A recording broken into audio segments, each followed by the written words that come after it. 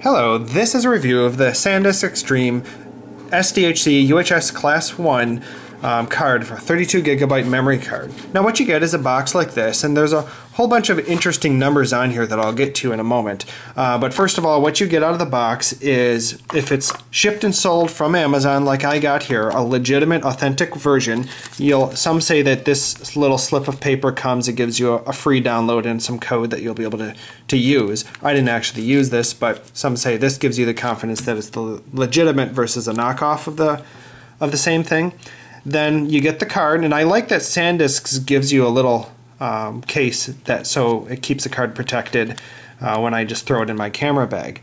Of course, all the numbers are right on the card, so you don't have to hang on to the bigger box that it comes with. It comes with this usual clamshell packaging inside the box. So let's talk about this a little bit more, about what the different numbers are on the box. Now, first of all, this is a SD high capacity card. That's the HC. Not to be confused with SDXC, the extreme capacity that are out there. Now, if you have an SDXC reader, it should be compatible with any older SDHC cards like you see here. But however, if you're like me, even I have a brand new model camera in 2012 here, and it only supports SDHC, not XC. So with that, definitely this thing will be more compatible with more devices. So some people might point out that if you weren't paying attention and you bought an SDXC card, you might find out that your camera or camcorder may not support the XC variety for larger capacities than like your 64 gigabytes or something like that. So definitely pay attention to what your card supports. So that's one important noteworthy thing that you'll see here. Next up is about this different speed ratings. So this is a UHS-1 rated card.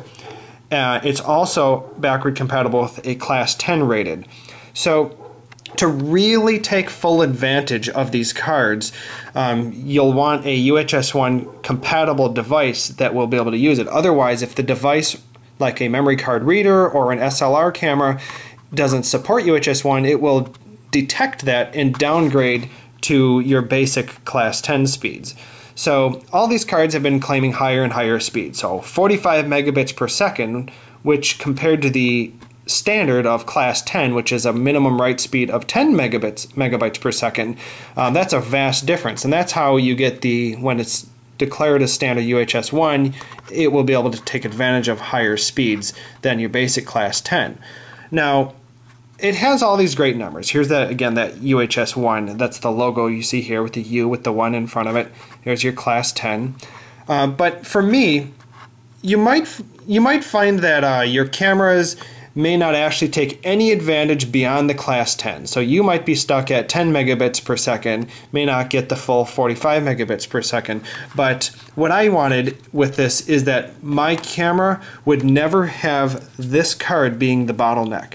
So I wanted to make sure that the card itself would never cause the bottleneck to drop frames, reduce quality, or anything like that inside my camera. And so this gives me the confidence that the card is fully capable of what my manual says my camcorder writes at, which is 28 megabytes per second when it writes in its HD video. So I've always bought other cards like that. So this is another card I've had that I'm very happy with SanDisk. This is my 16 gigabyte version that was about a last year's model, I believe, which was a 30 megabytes per second. And you can see this year coming out with the UHS-1 capable one, they claim up to 45 megabytes per second. Again, you're probably not going to get the full advantage of this unless you buy a UHS-1 rated memory card reader. You might even be surprised that the brand new models of camcorders out there don't all use UHS-1 yet. What I've noticed is it seems to be that SLR cameras are leading the way with supporting the faster UHS-1 rated. I have a camcorder that I'm taking this with, and I wanted to make sure that I had the card that could support the internal write speed within my camera, even though it's probably not going to take full advantage of it beyond the Class 10. So this card has been a highly reliable card for me. I own two other ones, so I had two 16 gigabyte cards from SanDisk. So happy with them because they've never let me down. Come with a nice carry case. That I decided to go out and buy another one. This time, since it's the newer models, I'm getting the 32 gig, and they're rated for the future for me. So I'm really happy with mine. It's authentic when you get something like this. Tells you that you got the authentic one, but bought, shipped, and sold from Amazon. I'm perfectly happy with mine. It's not letting me down. But just be aware you may not really get the full read speed out of these. There's plenty of you can look up on Wikipedia if you really want to dig into what Class 10 is and UHS-1 in the background for some of that. But I bought it even though I'm not going to take full advantage of it. Thanks for watching the review.